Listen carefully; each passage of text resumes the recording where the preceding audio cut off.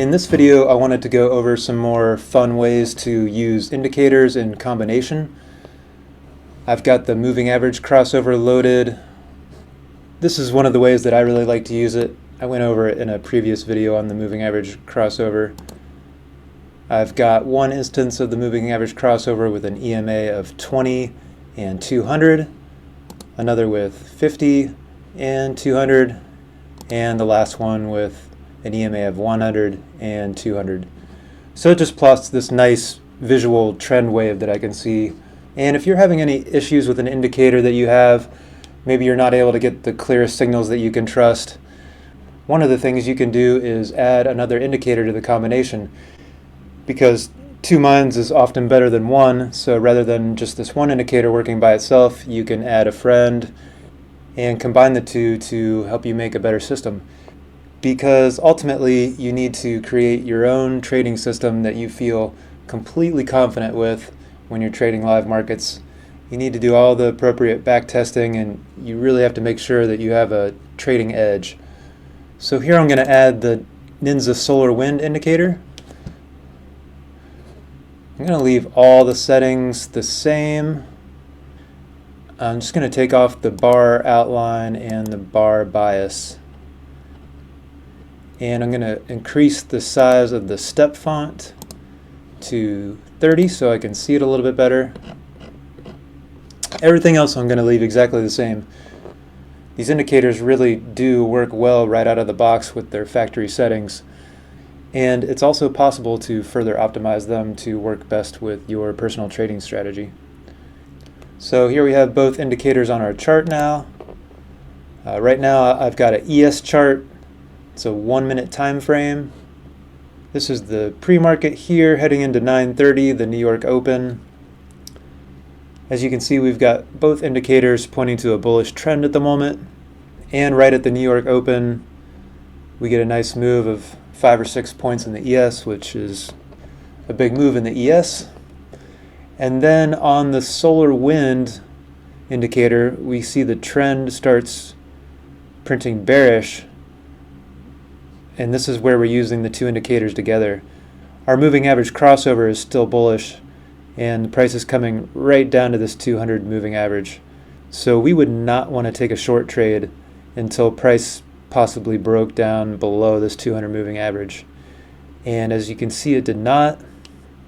And once the trend turns bullish on both indicators, it'd be another good place to get into a long trade. And we have a 20-point rally into 10 o'clock. We start getting some pullback signals. These are all going with the trend on both indicators. And you can see we still have this light blue shaded area is very thick, so the trend is still strong. A little bit later on, we get an asterisk printed on the solar wind, so we're looking for a possible trend reversal at some point. We do get a trend reversal on the solar wind here, but our overall moving average crossover trend is still bullish, so we're really going to wait until we have a better confirmation between these two indicators before we want to enter a trade. And now you're starting to see that our light blue shaded area is contracting. It's getting smaller and smaller. So the next time we get a strong bearish trend on the solar wind indicator, it might be a good place to enter into a short. And here we're inside this next range, and we get a bearish trend printed on the solar wind. So we could possibly take a scalp to this next shaded area, or even down to the 200 moving average. And as you can see, the overall trend of this moving average crossover is still bullish. It's still blue. And as we're coming down, testing this 200 moving average. So if we were in a short from earlier, we're definitely looking to possibly get out here, especially when the trend starts weakening and ranging. So price starts bouncing off the 200 moving average down here. And as you can see, our light blue shaded area is thickening again. It's getting wider. So we could be headed for a possible reversal here. We get an asterisk signifying that the bearish trend is possibly weakening. And then we get a solar wind bullish print in the trend that is also in alignment with our moving average crossover. and that was a great 6-point move. Here's the previous day. This is pre-market. We're coming into 9:30. Prices below the 200 moving average on our moving average crossover, and we get a strengthening trend on the solar wind. Nice little 5-point move down. So right at 9:30 at the market open, price immediately goes up. We get a bullish trend printed on the solar wind, but it's not breaking above this 200 moving average yet, and as you can see, our moving average crossover is still printing these red ribbons, so it's still in a bearish trend. You can see it's in the red ribbons last all the way through here. It's still in a bearish trend. So we're kind of on the sidelines. We're not getting any signals that are lining up with these two indicators working together.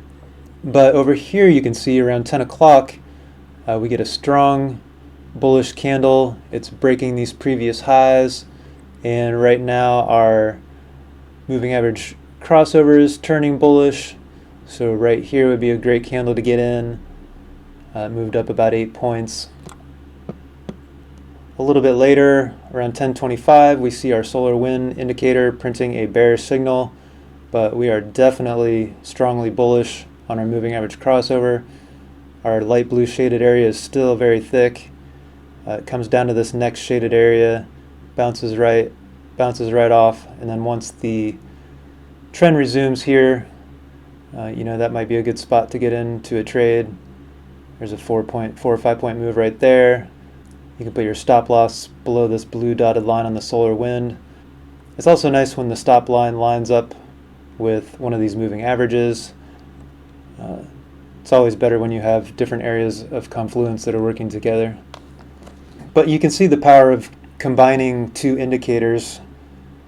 If we were just using the solar wind indicator, we might be a little confused here when the trend turned bearish. But when we have two indicators working together, we can wait for confirmation on both indicators to help give us more confidence in the trades that we are taking. And you could be combining any two indicators, any three indicators, and find a system where they work well together for the instrument and the time frame that you trade. And I thoroughly encourage you to play around with things and have some fun and come up with trading systems that really fit your own personal style and the instruments that you trade and the time frames that you trade.